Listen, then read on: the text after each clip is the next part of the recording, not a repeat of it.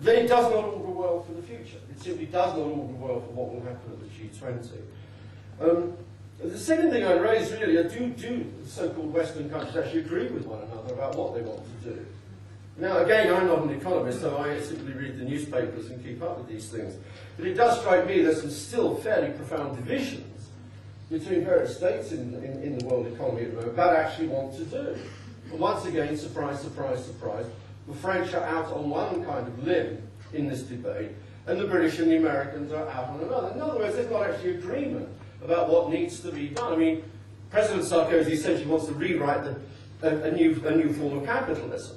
He wants to start from the back. It's I wouldn't put him like a member of the Khmer Rouge, starting in year zero. But there's a kind of year zero quality about his thinking, that we have to start anew and think afresh. And I'm not sure that is happening. But I suppose my scepticism, and this is what David got me up here to do, to amuse the masses, he said, and keep them happy. But at the same time, it seems to me that this is, as well, also, David, about power. And it's about kinds of thinking. Firstly, will the West, the advanced West, because obviously this involves development, will it give up more to the developing countries to come up with an answer, which it would have to do?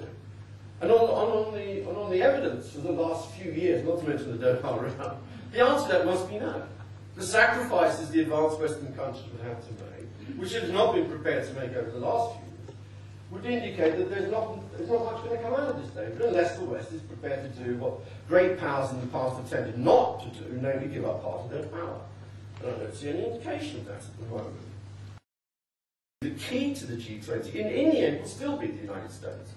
I mean, I think it's fine what Daniel says. I think not the answer, but the key to the G20 will be the United States. And in spite of Obama, who's a great man, I might prefer him to be president than anybody else at the moment, he wants to get re-elected back in 2012. He faces a supportive, but nonetheless there's a very powerful hostile bloc within Congress who don't like this.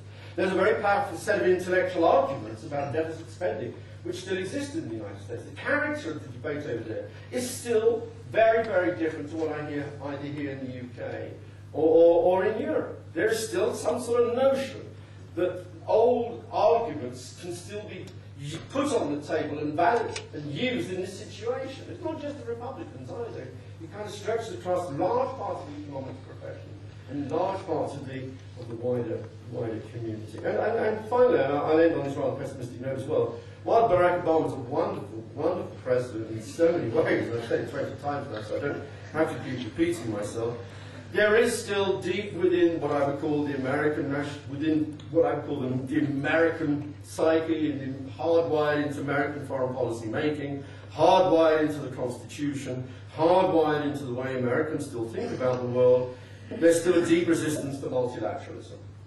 Whichever way you cut it, and on two major issues, national security and on economic security. And the two things are now the same.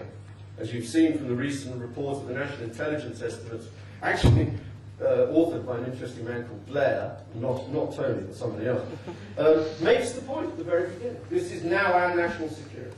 Now, if economics is now securitized, it means it will not be multilateralized. Because if this is now seen as national security, the inherent US tendency, I think, to find its own solutions for its own jobless, for its own banks, for its own industries, including GM and many, many others, I think is going to increase. And if it does so, I think, therefore, G20 as a collective action is going to face some very difficult and tough problems. Thank you very much indeed.